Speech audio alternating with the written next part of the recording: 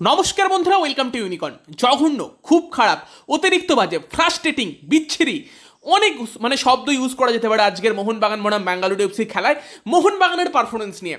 ব্যাঙ্গালুরুতে humiliation, কান্তিরাবাতে মোহনবাগানকে just উড়িয়ে দিল Bengaluru FC. মোহনবাগানকে নিয়ে ছেলে খেলা করলো। ব্যাঙ্গালুরু এফসির কাছে পাত্তাই পেল না মোহনবাগান। আর এগুলো এমন হার, যেই হারগুলো কিন্তু ম্যানেজমেন্টেরও চোখ খুলে দেবে। মলিনার ওভারঅল এখন অব্দি কোচিং নিয়ে বা পারফরমেন্স নিয়ে এই মোহনবাগানের সুপার টিম নিয়ে কথা হচ্ছিলই। মলিনা বেশিরভাগ ম্যাচই ড্র করেছিল এবং ড্রয়েতেই মলিনা চলছিল। লাস্ট ম্যাচটা নর্থ ইস্টের বিরুদ্ধে মোহনবাগান জিতে যায়, যদিও সেই ম্যাচটাও ড্র করতে করতেই জিতেছিল এক প্রকার।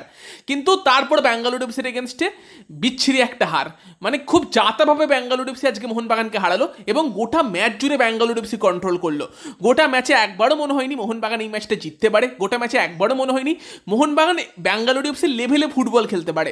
না আছে মিডফিল্ডে কোনো কন্ট্রোল, না আছে ডিফেন্সিভ স্টেবিলিটি, না আছে আক্রমণের মধ্যে ঝাঁঝ। সেইখানে ব্যাঙ্গালুরু এফসি তো পুরোপুরি ডমিনেট করে গেল। প্রথমত ব্যাঙ্গালুরু এফসিকে অ্যাপ্রিসিয়েট করতে হবে, তারা যে ফুটবলটা খেলেছে। Congratulation captain, leader, legend Sunil ছেত্রীকে।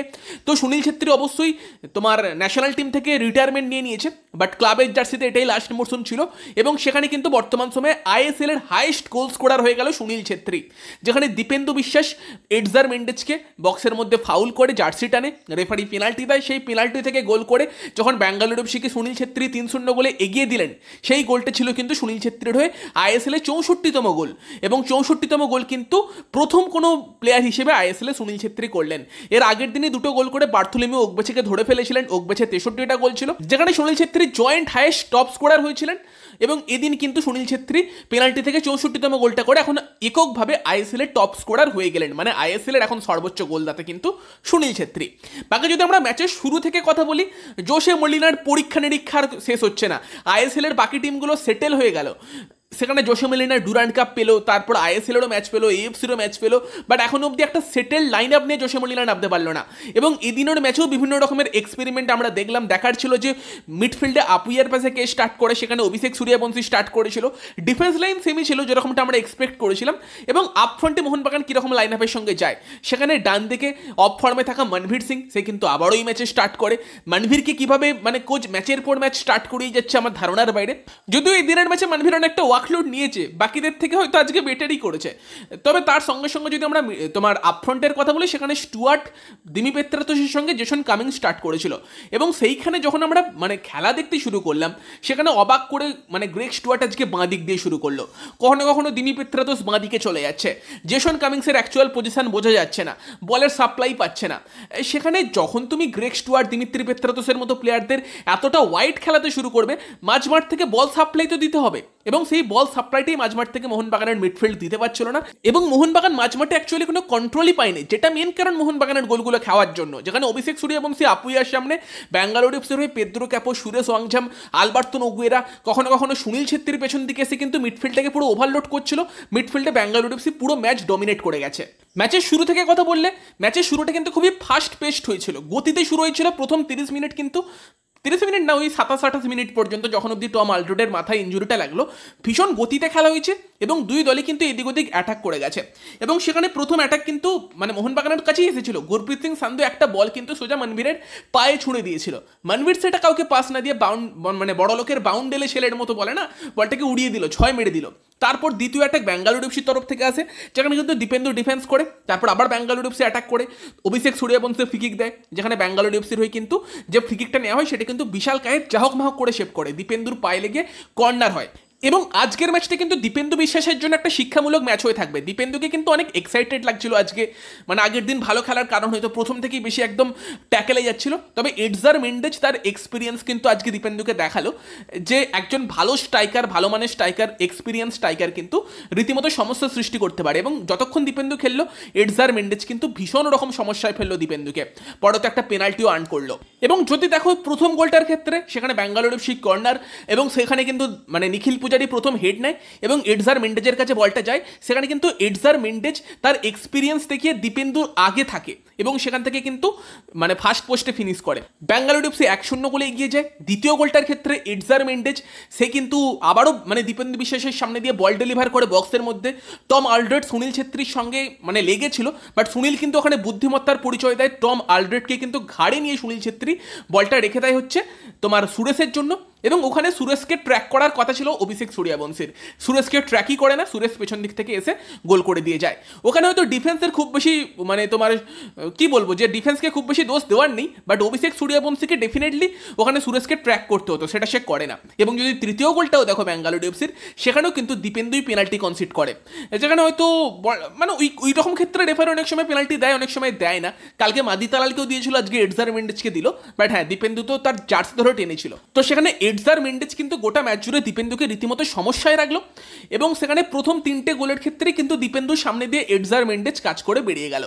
এগুলো কিন্তু দীপেন্দুর জন্য বড় শিক্ষা, নিজেকে ইমপ্রুভ করার জন্য। এবং তার সঙ্গে সঙ্গে রেফারিংয়ের কথা বললে ভাই, রেফারিং দেখো, রেফারি মানে মোহনবাগানের হারের পেছনে রেফারির তো কোনো দোষ নেই, মোহনবাগান জঘন্য খেলে হেরেছে, বাট কিছু কিছু ক্ষেত্রে পিওর অন সাইড যেগুলো মোহনবাগান যাচ্ছিল সেগুলোকে অফসাইড দেওয়া হয়। একটা ক্ষেত্রে কামিংস তো বল নিয়ে কন্ট্রোল করছিল, মনভীর অফসাইডে ছিল, বল টাচও করে না, রেফারি সেটাও অফসাইড দিয়ে দেয়। মানে মোহনবাগানের পক্ষে যদি একটা সিদ্ধান্ত দেয়, লোকজন কথা বলতে শুরু করে দেয় মোহনবাগান রেফারি কিনে রেখেছে। আজকের ম্যাচে মোহনবাগানের এগেনস্টে কতগুলো সিদ্ধান্ত গেল দেখো, মানে সেটা কখনোই মোহনবাগানের হারের কারণ না, আমি জাস্ট এক্সাম্পল দিচ্ছি। মোহনবাগানের হারের কারণ হচ্ছে মোহনবাগানের জঘন্য ফুটবল, সেই বিষয়ে সন্দেহ নেই। এবার যদি ফার্স্ট হাফে দেখো, ফার্স্ট হাফে আরও একটা সুযোগ ব্যাঙ্গালোর এফসি পেয়েছিল, যেখানে কিন্তু আলবার্তো নোগুয়েরা ইজিলি কিন্তু শ্যুট করে, যেটা বিশাল কায়েত সেভ করে, টম আলড্রেড মানে হেড দিয়ে গোল লাইন ক্লিয়ার করে। তো কত সুযোগ পেয়েছে ব্যাঙ্গালোর এফসি, এত ভালো ভালো সুনীল ছেত্রী শ্যুট করেছে, এডজার মেন্ডেজ শ্যুট করেছে, প্রচুর সুযোগ পেয়েছে ব্যাঙ্গালোর এফসি। এবং সেই জায়গাতে দাঁড়িয়ে কিন্তু মোহনবাগানের সামনে সেরকম বিশাল কিছু উত্তর ছিল না। মোহনবাগানের অ্যাটাকের কথা বললে ফার্স্ট হাফে একটা দিমিত্রি পেত্রাতোস ফ্রিকিক মারে, যেটা গোলকিপারের সোজাসুজি যায়, এবং দিমিত্রি পেত্রাতোস আপুইয়ার থেকে একটা বল হেড দেয়, যেটা কিন্তু গোলের উপর দিয়ে চলে যায়। অভিষেক সূর্যবংশী একটা গুরপ্রীত সিং সান্ধু সোজাসুজি শট মারে। ফার্স্ট হাফে তো এই অ্যাটাকগুলোর কথাই মনে পড়ছে, আর বিশেষ কিছু মনে পড়ছে না সেরকম।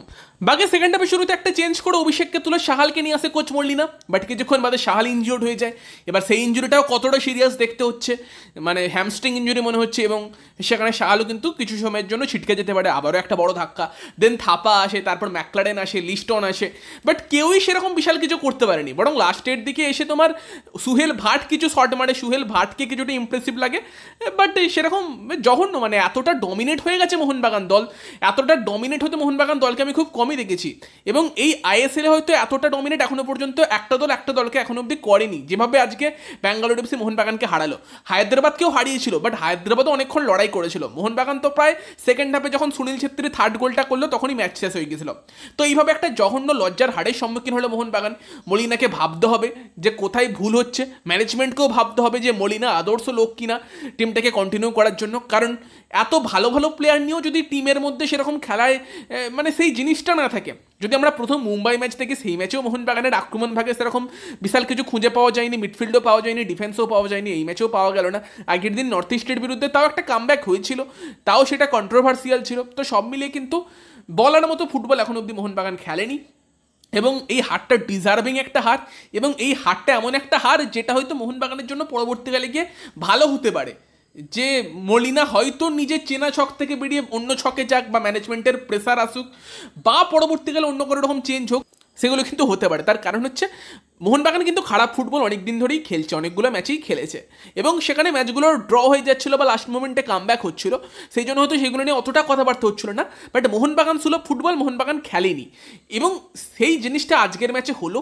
এবং আজকের এই হারটার ফলে কিন্তু অবশ্যই চোখ খুলবে কিছু লোকের। দেখা যাক সেখানে কোনো রেজাল্ট পরবর্তীকালে আসে কিনা। তোমরা জানিও মোহনবাগানের খেলা নিয়ে তোমাদের মতামত, কি আর বলবো।